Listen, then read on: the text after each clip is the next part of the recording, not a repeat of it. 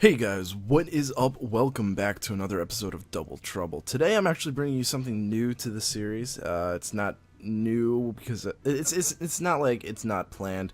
I told you in the very beginning that we'd be doing Smogon doubles as well, 6v6, and I finally got a match going. This is for the Lithio League that I've mentioned many times on this channel. In fact, I've been part of the Lithio League since basically this channel's been started, and I've always been one of their Elite Four, and I always do Trick Room doubles, and this is the team that I've been actually running for Trick Room doubles because it's probably one of my better Trick Room doubles team that I've ever made, and I really do like it, although it does have its flaws. Either way, I still really do enjoy this team, and so I'm battling Kelly, also known as Under the Radar. He's got a YouTube channel. You guys should check it out. It'll be in the description below. But before we get into the battle, I just want to kind of talk to you about something that I honestly can't remember. Oh, right. Yes, I just remembered it. This battle is really cool. But what I want to talk about real quick is we are underway for the Pokemon Doubles League. Now, if you've been here for a while, you know that's the Doubles GBA, and it's basically a draft league, and this season I'm like co-owner with Chucho and Arrested Gaming, and we've set it up. We've gone through the draft and everything, so I think I'm gonna make a video for that. Those are gonna be part of Double Trouble as well, so expect to see every single one of those battles. Hopefully, I'm still not sure if I want to post commentate them or live narrate them. I'd rather be focused for them, so we're gonna most likely do post narration, but I will do a video detailing the team that we brought and the various strategies we can have. I don't care if anyone really hears that. I'm a proponent of it doesn't matter if people know your team, all that matters is how you use it. Alright, so that aside, we'll be seeing some battles from that. Kelly is actually part of this, as with so many great people, I'm excited for it to start. That starts on the 18th, so good luck to all my competitors, and I hope you guys enjoyed those. Actually, you know what, I'll link the links down in the description below as well, with all the teams, the schedule, and stuff like that, and the rules, so you guys understand what's going on. But let's get into this battle. Looking at his team, I wanted to start off with things that could potentially do some damage, so I started off with Blastoise and I believe Marowak, and I thought they would do some good damage against my opponent, and he does in fact start off with Charizard and Garchomp, and I'm thinking this is actually a pretty sweet start for me. I've got Marowak for the Rock Slide, and I've got Blastoise for the Ice Beam. So Charizard's going to Mega Evolve. I knew that was coming. I wasn't too worried about that. So, the drought comes up. I'm going to Mega Evolve myself. Now you can actually see the nicknames on my Pokemon, and I hope you guys find Marowak's nickname a little bit funny. It never works, but I always found it a little funny. So the Garchomp's actually going to go for Earthquake here to do some damage to my Blastoise and Marowak. Unfortunately for me, I kind of figured he might go for like Heat Wave or something like that, but I need to remember that a majority of the league is actually singles, so Heat Wave isn't going to happen. It's going to be Solar Beam right onto my Blastoise, and unfortunately Blastoise goes down, but I'm not too worried. I really needed a good way to take down this Garchomp, but it's 6v6, so, I still have 5 more guys, and one of those guys is Aromatisse, and Aromatisse can handle this Garchomp very well. So in comes the Greninja, and I'm thinking, okay, Greninja and Garchomp are both relatively fast Pokemon. What I'm going to have to do here is I'm going to protect my Marowak and go for Trick Room because I need it, but unfortunately I forgot one important thing. Dusclops. Now, so I'm going to get my Trick Room up, I'm going to get my Protect off. He's going to go for Scald against my Marowak, but fortunately for me, I am behind my Protect. Now, this next turn, I'm really, I want to take out the Greninja before it has a chance to take me out, so I'm going to attack it, but I'm thinking, okay, here's probably the best thing I can do. I could probably substitute here, and because I'm figuring he's gonna will-o-wisp my Marowak, right? And I'm correct, he is gonna will-o-wisp me, but unfortunately for me, I am not fast enough to outspeed this Dusclops in Trick Room, and unfortunately that Scald will go off. Now, I really didn't think the Greninja would stay in, knowing that he could easily die to both my Pokemon. So I figured the sub was a pretty safe bet, but that's unfortunately going to cost me quite a lot. The good news about it is nothing. I could have probably killed that Greninja. I probably could have done a little bit more damage to the Dusclops, but to be quite honest with you, I did have Aromatisse having Aromatherapy, so I wasn't really too worried. But unfortunately for me, that did end up costing me with the substitute because I was now in enough range where Nightshade would kill me. The unfortunate part about that was I did go for Bone Club or Bone Meringue onto the Aegislash spot, so that Aegislash would have been 100% dead in my opinion. So it's a little unfortunate, but you know what? It's not the end of the world. So the Aegislash is actually going to go for Swords Dance, and now I'm starting to realize that Trick Room actually might have been a bad idea. He does have a lot of physical threats on his team, slower threats on his team, and honestly at this point I don't really have anything for Dusclops. I don't have anything super effective to hit it with, and I'm not really sure what to do. Dusclops, even without the Eviolite, is pretty bulky. It has like base 130 defense and special defense, I believe. So just imagine how crazy this thing is.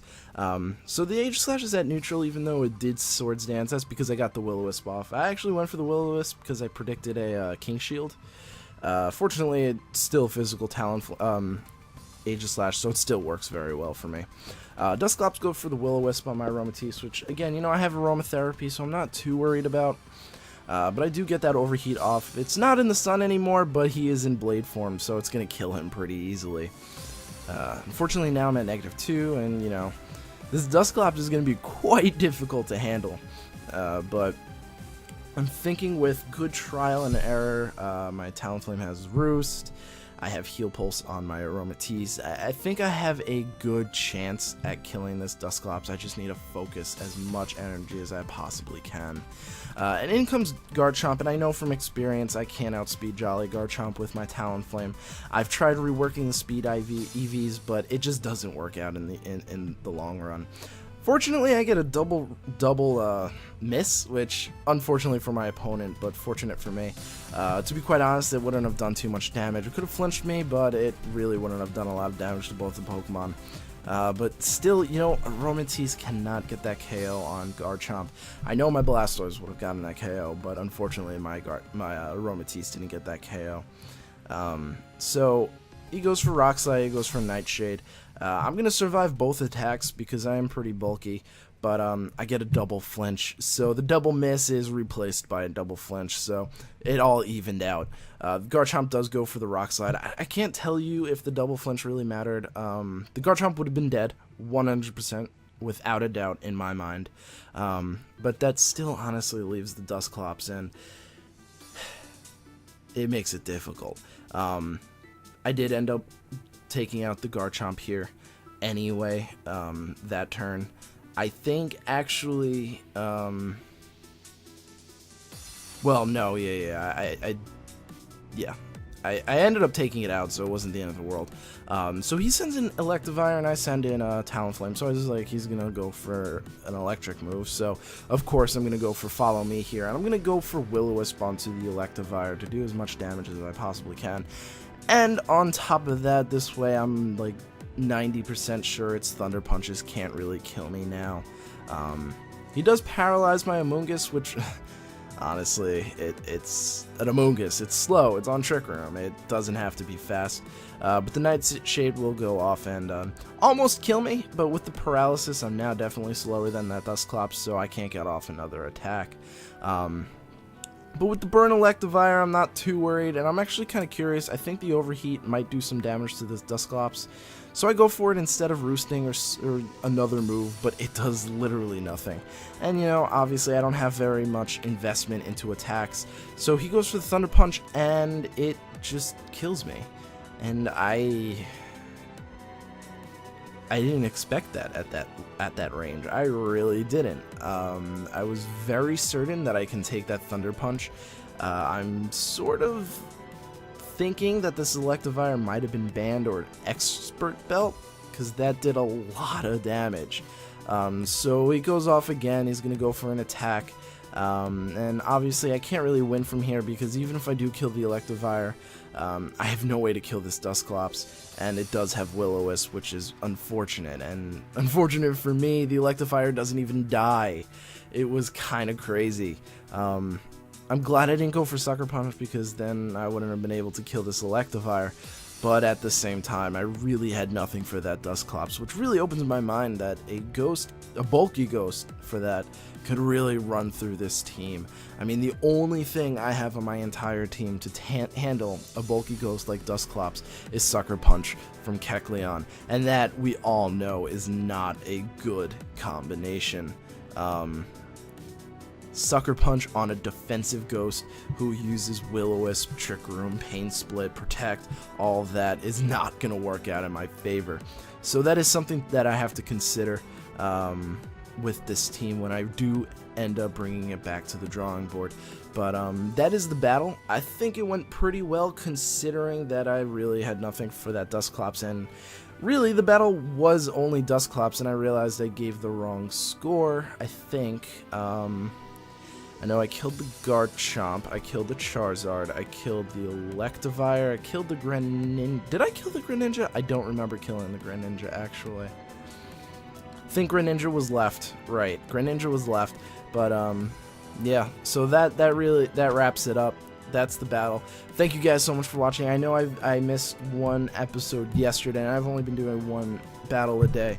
I will be doing, resuming back to more, hopefully either by the end of this week or next week.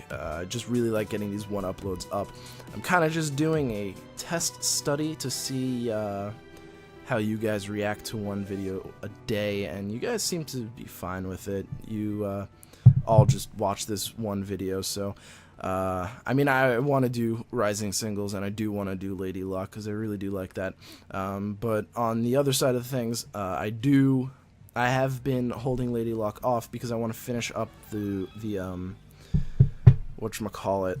I'm doing a spreadsheet based on, you know, kills, deaths, and points, and doing a ranking system, and it takes a while to go through each backlogged episode.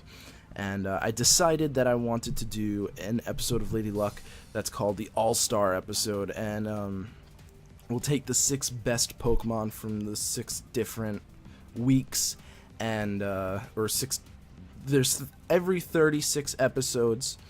On the 37th episode, we do a All-Star episode, and I'll use all the 6 Pokemon from each. Okay, so it's really hard to explain when I'm not really sure how to explain it. So episodes 1 through 6. On the spreadsheet, who was ever at the top position from 1 through 6, at the end of episode 6, is put into the All-Star pool. And then 7 through whatever, and so on and so forth. So I'll explain that in another video. I just felt like saying it here. So that's going to be hold off until I finish that or get up to speed. And Rising Signals is just going to keep going as well. But I know I've been pretty lackluster on the secondary uploads, like Wind Waker and Wonderful 101. I want to get Dark Souls going, but every time I record it, something happens, and I have to figure out something for Minecraft. So thank you guys so much for watching. I really do appreciate it, and I hope to see you at the next video. Peace.